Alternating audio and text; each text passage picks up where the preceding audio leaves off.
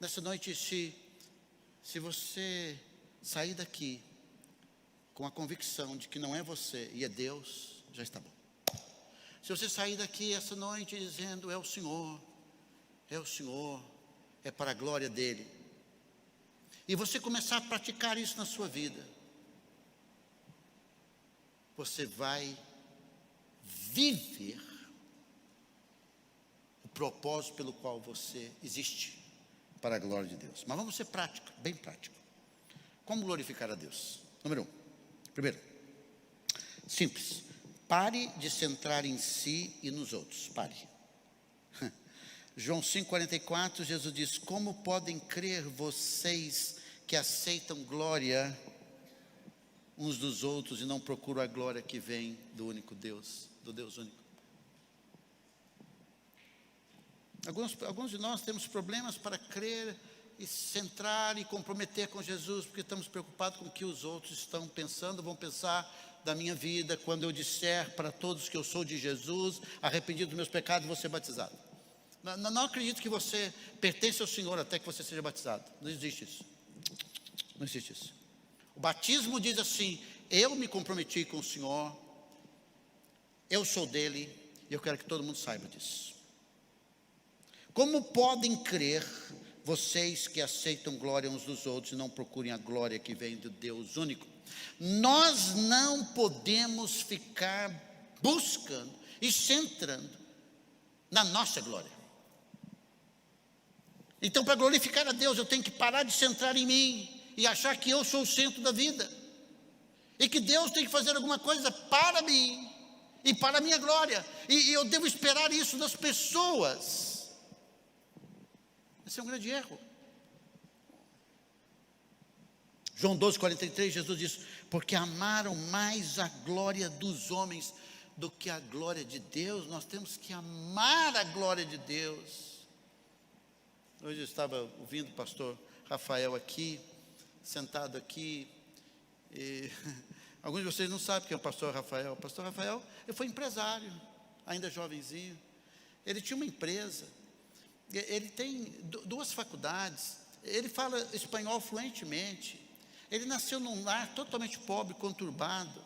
Ele foi editor da missão, antes de ir para a missão. Um homem muito bem formado, ele e a esposa largaram tudo para ir para o Cariri. Como é que pode um negócio desse? Porque não estão preocupados com a glória dos homens, mas a glória de Deus.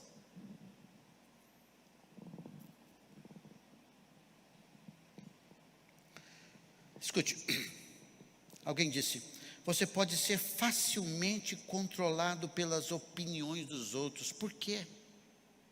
Porque você quer que eles te preencham de alguma maneira. Você acredita que eles têm algo que você sente que precisa. Todos nós tentamos obter esse algo, aceitação, respeito ou amor de outras pessoas.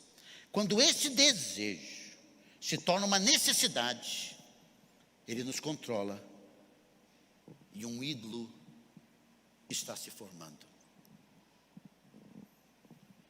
Quando nós passamos a ser o centro do mundo e esperamos das pessoas essa glória, problema. Charles Spurgeon disse, você nunca se gloriará em Deus até que antes de tudo Deus tenha matado sua glória em si mesmo. Deus precisa quebrar aquilo que nós achamos que somos os tais. Porque enquanto estiver um pouquinho de Nabucodonosor em nós vamos dizer que essa é a Babilônia, que eu construí com as minhas mãos. Segundo, creia no amoroso e bondoso plano soberano de Deus. Você tem que crer.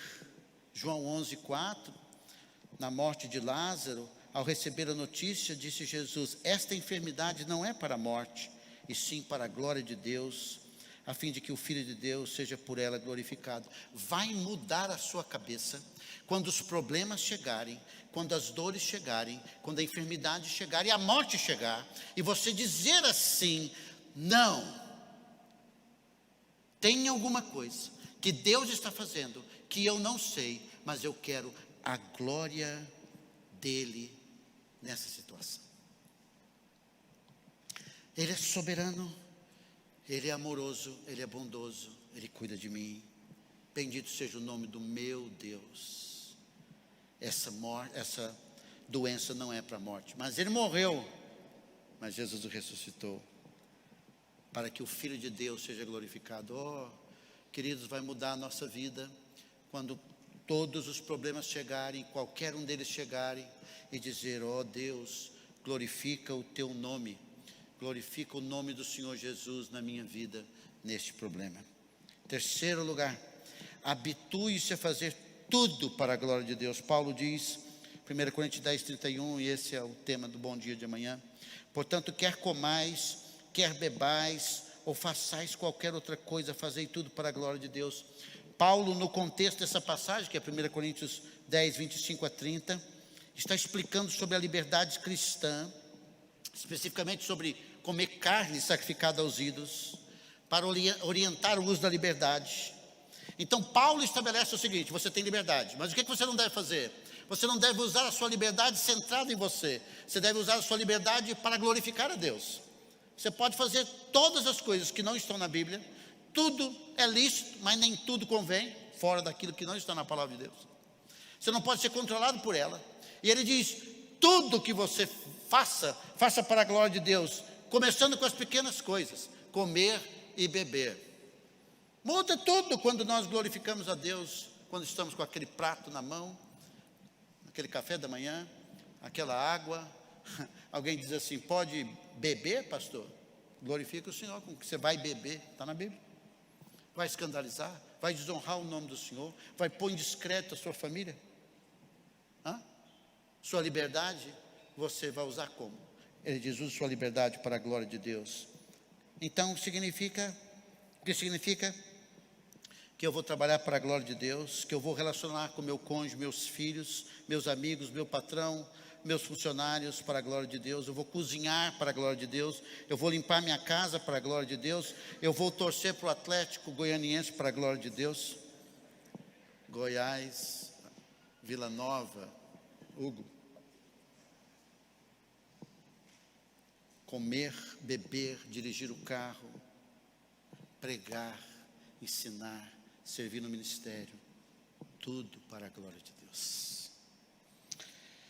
Deus nos cria para a sua glória, ou seja, para magnificar, revelar e exibir a sua grandeza. Então, Ele nos diz para vivermos dessa forma. Vivemos de modo que a grandeza de Deus seja exibida. Dr. John Piper diz: o objetivo de Deus ao nos criar e redimir é o deleite que Ele mesmo desfruta ao ver suas criaturas deleitando-se nele. Como disse Jonathan Edwards, a glorificação de Deus nada mais é do que o regozijo nas manifestações dele. Em outras palavras, o propósito do conhecimento de Deus é o desfrute de Deus, porque Deus é mais glorificado em você quando você está mais satisfeito nele. Leia todos os livros do Dr. John Piper, Senhor. Ele senta na glória de Deus, e Deus é glorificado quando nós estamos satisfeitos nele. Estamos satisfeitos nele? Quando nós não estamos satisfeitos nele, não conhecemos, estamos vivendo centrado em nós. O que é o pecado? É centrar em nós. Nosso maior desafio hoje é estar mais satisfeito em Deus. E Charles Spurgeon disse: o Filho de Deus, ó Filho de Deus, seja mais cuidadoso em seguir o caminho do Senhor, mais concentrado de coração em buscar sua glória, e você verá a bondade e a eterna misericórdia do Senhor em sua vida. Então, buscar a glória de Deus, e você vai ver na prática, no seu dia a dia, esse relacionamento com o Senhor. E quarto e último, receba o plano de Deus para a sua vida. Olha o que é pecado: pois todos pecaram e carecem, estão destituídos da glória de Deus, afastados da glória de Deus. Deus não é o alvo da sua vida. E para que a glória de Deus venha a ser manifestada, você precisa tratar o pecado. Em Gálatas 1, 3-5, Paulo diz que a graça e a paz estejam com vocês da parte de Deus, nosso Pai, e do Senhor Jesus Cristo, o qual entregou a si mesmo pelos nossos pecados na cruz, para nos livrar, número 1, deste mundo perverso. Porque este mundo perverso centra a nossa vida em nós e não na glória de Deus. Então eu não fui salvo para ir para o céu somente. Eu fui salvo dos meus pecados, para viver para a glória de Deus e afastar deste mundo perverso, segundo a vontade de Deus nosso Pai, a quem seja a glória para todos sempre. Amém. Para que Deus fosse glorificado e o seu nome fosse exaltado pelos pecadores. Deus então vem a este mundo, na pessoa do seu Filho, e Ele vai à cruz, para a glória de Deus, e morre, pagando o preço do pecado. Deus resolveu isso. Agora,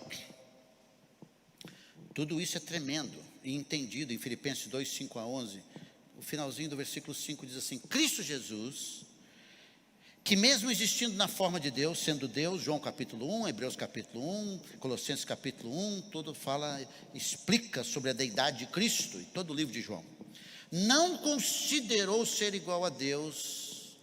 Ele veio, se tornou homem, ele não tirou a carteira, deu carteirada nas pessoas dizendo que ele era Deus, algo que deveria ser retido a qualquer custo. Pelo contrário, o que Jesus fez? Se esvaziou. Se esvaziou. Ele, sendo Deus, se tornou um ser humano. Não pode fugir da sua natureza divina, mas se tornou como um de nós. Esvaziou. Foi lá para o ventre de Maria, assumindo o quê? A forma de servo, doulos, escravo, dentre a classe dos homens a mais baixa, tornando semelhante aos seres humanos, comendo, dormindo, sofrendo, chorando, se alegrando, vivendo como ser humano. E reconhecido em figura humana, ele se humilhou, porque ele sai do seu trono da glória e vem aqui para se tornar um homem, para fazer o quê? Para nos salvar dos nossos pecados. Esse é o nosso Salvador. A enologia canta de forma maravilhosa, maravilhosa, a vinda do nosso Salvador. Chamamos em teologia de encarnação, tornando-se obediente. Obediente a quem? Ao Pai, até a morte. Que tipo de morte? Morte de cruz, a morte mais horrível. Ele torna-se obediente ao Pai, dá a sua vida. Ok? É isso que ele faz. Esse é o nosso Salvador. É por causa da sua morte na cruz e da mensagem de que ele morreu pelos nossos pecados, o Evangelho. Os homens são chamados ao arrependimento dos seus pecados, porque quando o homem se entra nele, ele não vê o pecado. E ele não vê que esse é o problema, que não glorifica a Deus. Pois todos pecaram e carecem da glória de Deus, e esse pecado condena. Mas para salvar o homem, Deus se torna homem. Isso está no plano de Deus. Essa entrega é uma entrega voluntária. Então nós nos bendizemos o nome do Senhor Jesus Cristo. Agora versículo 9. Por isso também Deus o exaltou sobremaneira.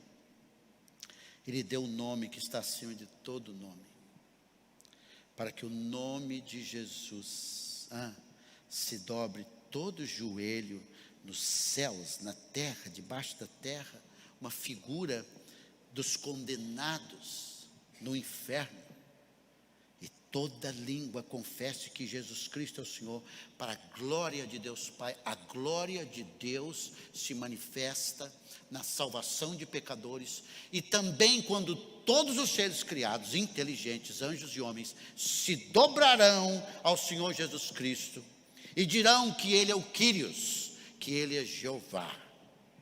E Deus o Pai será glorificado no seu Filho. Por isso que nós somos seguidores de Jesus e centramos nele, porque é Ele que nos leva ao Pai. E sem Ele não há salvação, e não há forma nenhuma de ser humano nenhum glorificar o Senhor. E essa é a razão porque você precisa vir a Jesus, para você cumprir a função pela qual você como ser humano existe: glorificar a Deus. Deixe-me concluir. Em 2 Tessalonicenses 1, 11 e 12 diz: por isso também não cessamos de orar por vocês, pedindo que o nosso Deus os torne dignos da sua vocação, que é a salvação, e cumpra com poder todo o propósito de bondade e obra de fé, a fim de que o nome do Senhor Jesus seja glorificado. O nome do Senhor Jesus é glorificado quando nós vivemos a nossa vida em Cristo, a nossa salvação, que a gente viva tudo aquilo que Deus propôs que a gente viva, que a gente ande nesse mundo glorificando o Senhor e vivendo para Ele de forma diferente, sal da terra e luz do mundo, fugindo desse mundo perverso, honrando e glorificando o nosso Salvador. 1 Pedro 4,11 diz: se alguém falando dos dons, fala de acordo com os oráculos de Deus. Pregadores, está na Bíblia. Vai falar das coisas de Deus, então fale segundo o que a Bíblia está ensinando. Os oráculos de Deus estão aqui, os ensinos de Deus, as verdades estão aqui. Não fique inventando coisa. Essa semana ouvi um vídeo de um pastor dizendo: nossa igreja agora é uma igreja inclusiva. Você venha do jeito que você está e nós vamos... Não. Ele não pode falar isso se ele disse pastor do Senhor. Não. Você venha, se arrependa dos seus pecados. Vamos ajudar você a viver a vida em Jesus Cristo. Porque na igreja de Corinto há estudo. Ok? Não. Tem que falar segundo os oráculos de Deus. Se alguém serve, faça na força que Deus lhe dá, para que em todas as coisas, na pregação, no ensino e no serviço, Deus seja glorificado por meio de Jesus Cristo. Está vendo aí? Sem Jesus Cristo, Deus não vai ser glorificado. A quem pertence a glória. Deus seja glorificado, Deus o Pai seja glorificado, através de Jesus Cristo, a quem Jesus Cristo pertence a glória e o domínio para todos sempre. Amém. Então a igreja, o povo de Deus, existe para a glória de Deus. E a grande promessa está em Abacuque, que diz: porque a terra se encherá do conhecimento da glória do Senhor, como as águas cobrem o mar. A glória do Senhor vai ser manifestada de forma maravilhosa. Vamos orar. Nosso Deus, que saiamos daqui nessa noite para a glória do Senhor. Todas as nossas atividades, tudo que nós vamos falar e pensar para a glória do Senhor. A gente tem a tendência de sair daqui e dizer: o pastor pregou sobre a glória de Deus. Não. A gente tem que sair daqui meditando sobre isso, disposto a dizer: vou viver para a glória de Deus, vou fazer isso para a glória de Deus. Essa tem que ser a nossa oração quando acordamos, a nossa oração no dia, a nossa oração a dormir. A glória do Senhor, tudo para a glória do Senhor. O nosso orgulho é que nós estamos cheios de nós mesmos, nossos feitos. E a gente pode saber se estamos focados na glória do Senhor, o quanto nós usamos o pronome eu. Quanto estamos usando os verbos do passado e do presente.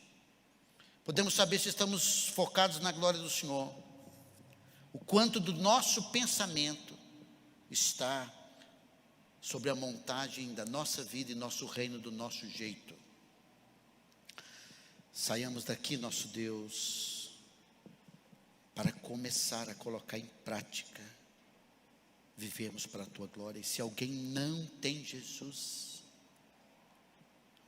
que hoje seja o dia de encontrar-se com o Salvador, porque todos pecaram e carecem da glória de Deus, e só o Senhor Jesus é que pode voltar a levar o homem a ser, o ser humano a ser ser humano, quando se arrepende dos seus pecados e tenha um encontro com o Salvador. Teu Espírito possa operar assim. Para a tua glória oramos no nome de Jesus. Amém.